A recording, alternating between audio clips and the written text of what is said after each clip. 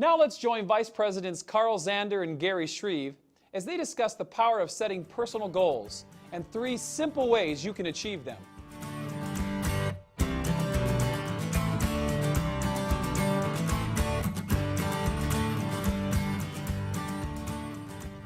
Thank you, Paul, and welcome everybody. As you can see, I'm here with Carl Zander. And Carl and I'd like to take a couple moments today and talk to you about goals and the importance of setting goals as we enter this new year. Obviously, goals are a major part of our success in Forever Living, and we want to make sure that we start off 2010 with goals and dreams in mind, not only for ourselves, but for our teams. Obviously, goals are an important part of your forever business. And what Carl and I'd like to do today is share with you 3 steps to help you achieve your goals in 2010. Step number 1, set SMART goals. Step number 2, identify potential obstacles and how you will overcome them. And step number 3, identify who are the people that you will ask for help and support to get you through these goals. So let's go back to step number 1, SMART goals. SMART goals stand for S, specific goals. What exactly do you want to achieve? Specifically, what is it you want to achieve in 2010?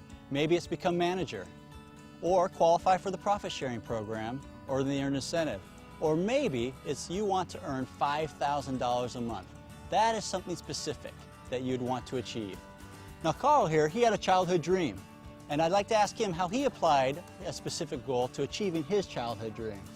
Well, Gary, you know, when I was about 7 years old, what started out as a dream to be a professional football player, at about 12, it became a goal of mine. And what I did was I visualized myself on the football cards, the bubblegum football cards you have. I want to be on a bubblegum football card. I want to play in the NFL. I want to be on TV. So I think it was quite specific. I was going to realize once I had achieved that, I would actually be in the NFL. There would be no doubt that I had been a successful football player.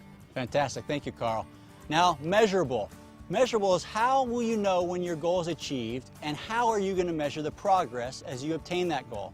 So let's go back to talking about your progress toward making a manager. How are you going to measure your progress?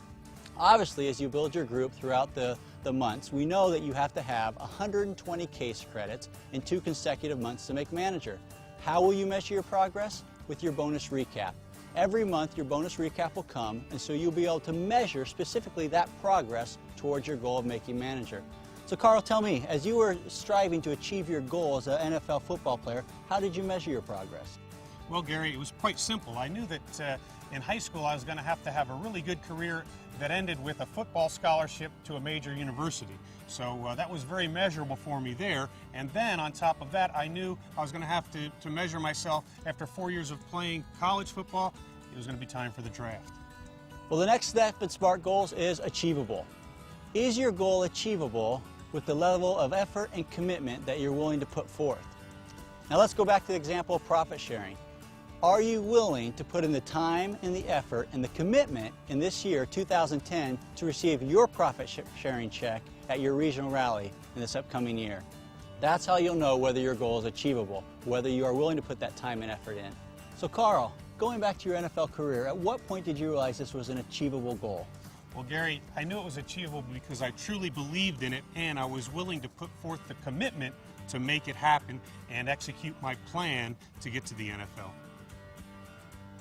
Next is realistic. To be a realistic goal, it must represent an objective toward which you are both willing and able to work toward. Now let's go back to the example of the earned incentive.